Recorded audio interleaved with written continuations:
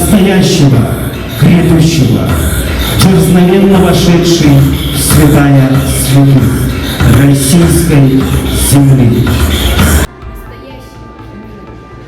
В историческом парке «Россия. Моя история» состоялось торжественное открытие новой экспозиции «История в настоящем», которая приурочена к празднованию 391-летия города. Выставка рассказывает об историческом ходе развития Якутска как города трудовой славы. В основе выставки работы художника-графика, члена Союза художников Якутии Василия Ивановича Авраменко.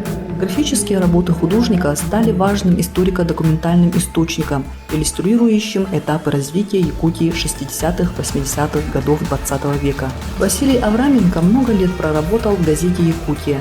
На его глазах преображался город, и через призму его работ посетители смогут увидеть, как менялся Якутск с 1940-х годов. Не знаю, как другие, но зимний Якутск не сравним ни с какими городами России даже.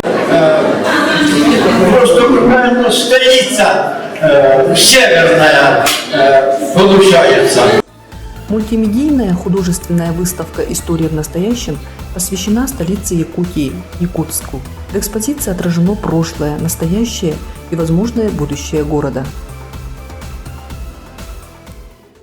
Выставка мультимедийная на базе исторического парка, музейный комплекс «Моя история», подготовлен региональным отделением «Моя история» общественной организации и на грант главы Республики Саха-Якутия.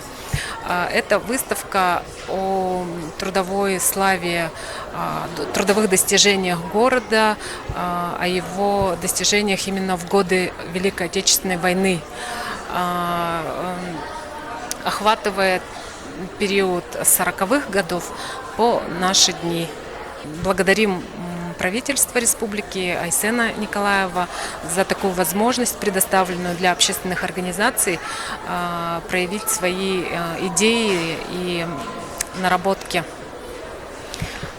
для того, чтобы в будущем подрастающее поколение могло поближе познакомиться с тем, что сделали предки, родители, бабушки, дедушки, для того, чтобы они жили в светлом, ярком и интересном городе Якутск.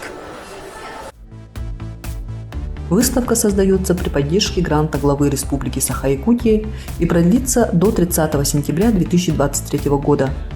Приглашаем гостей и жителей столицы посетить выставку в историческом парке «Россия. Моя история». Вход свободный.